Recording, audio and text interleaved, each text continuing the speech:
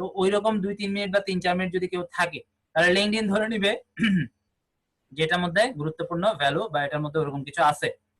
এইভাবে যদি মোটামুটি আপনার 10 জন আসলো, 10 জনের মধ্যে হয়তো 4-5 জন পড়লো, 4-5 জন পড়লো না, যাই হোক লিঙ্কডইন এটাকে ধরে নেবে যেহেতু 4-5 জনে পড়ছে এটার মধ্যে কিছু আছে, তাহলে লিঙ্কডইন নিজ দায়িত্ব এই পোস্টটাকে প্রমোট করবে। আমি একটু পরে দেখাবো এটা আসলে সত্যি কিনা, প্রমোট হয় কিনা। লিঙ্কডইনের সিস্টেমটা এরকম অটোমেটিক প্রমোট হবে যদি ওটা আপনার ইউনিক লিখেন, ভালো হয় এবং ওটা আসলে পড়ে মানুষের জানার কিছু আছে, তাহলে ওটা কিন্তু রাতারাতি ভাইরাল হয়ে যাবে। লিঙ্কডইন নিজেই সেটা করে দিবে, আপনাকে মোটাও পেইডের দিকে যেতে হবে না।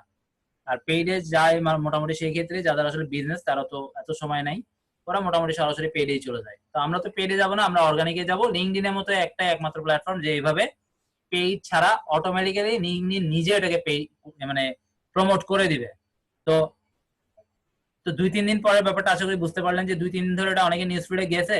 আপনার সাথে যারা কানেক্টেড আছে তাদের তো চলে যাবেই অটোমেটিক, তারা তো দেখবেই, কিন্তু ওরা দেখে ওটা এঙ্গেজ হলো না, 2-3 দিনেও কোনো এঙ্গেজমেন্ট আসেনি। এবং সবচেয়ে বেস্ট হচ্ছে যত দ্রুত আসে। তো এটার জন্য আমরা কিন্তু একটা কমিউনিটি করব, আমি আমার কমিউনিটি করে আপনাদের সবাইকে ইনভাইট করব, যেখানে মূলত কাজ হবে এটাই। কানেক্টেড থাকলেই হবে না, শুধুমাত্র আপনাদেরকে কাজ করতে হবে। কেউ একটা পোস্ট দিল, চেষ্টা করবেন প্রথম আধা ঘন্টা থেকে 30 মিনিটে গিয়ে সেখানে এঙ্গেজ হতে। আপনি 4-5 ঘন্টা পরে বা 4-5 দিন পরে এসে যদি ওখানে এঙ্গেজ হন, কোনো লাভ নাই, ওইরকম মানুষ না থাকা ভালো গ্রুপে।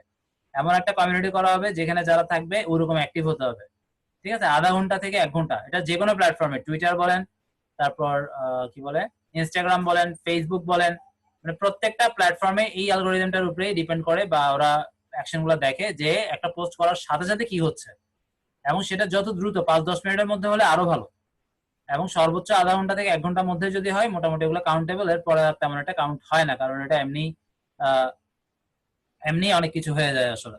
যাই হোক, আমরা একটা কমিউনিটি করবো, ওখানে ইনভাইট করা হবে, যারা অ্যাক্টিভ তারাই থাকতে পারবেন, অ্যাক্টিভ যারা না তাদেরকে আসলে ওই কমিউনিটিতে রাখা হবে না।